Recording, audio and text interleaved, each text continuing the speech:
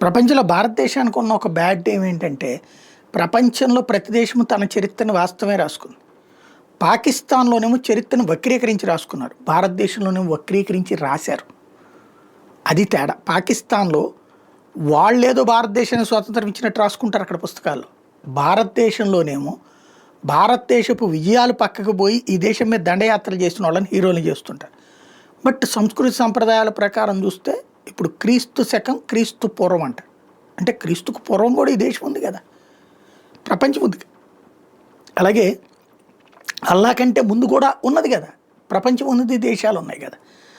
వేల సంవత్సరాల చరిత్ర కలిగినటువంటి సంస్కృతి సంప్రదాయాలు ఉన్నాయి ప్రపంచం అంతటా కూడా. వాటిని పక్కన పెట్టేసి ఒక మూర్ఖంగా మౌఢ్యం వైపుకి తీసుకెళ్తుంటారు. తాజాగా ఒక స్వస్తిక బయటపడింది.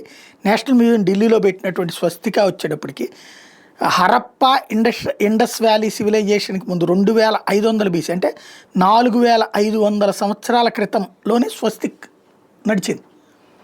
మధ్యలో ఆడెవడో జర్మన్ ఆవిడ వచ్చి హిట్లర్ పెట్టాడు, అందుకనే జర్మనీకి వెళ్ళి స్వస్తిక్ చూపించండి ఇలాంటి మాటలు మాట్లాడుతుంటారు. వాస్తవాలు ఇవి.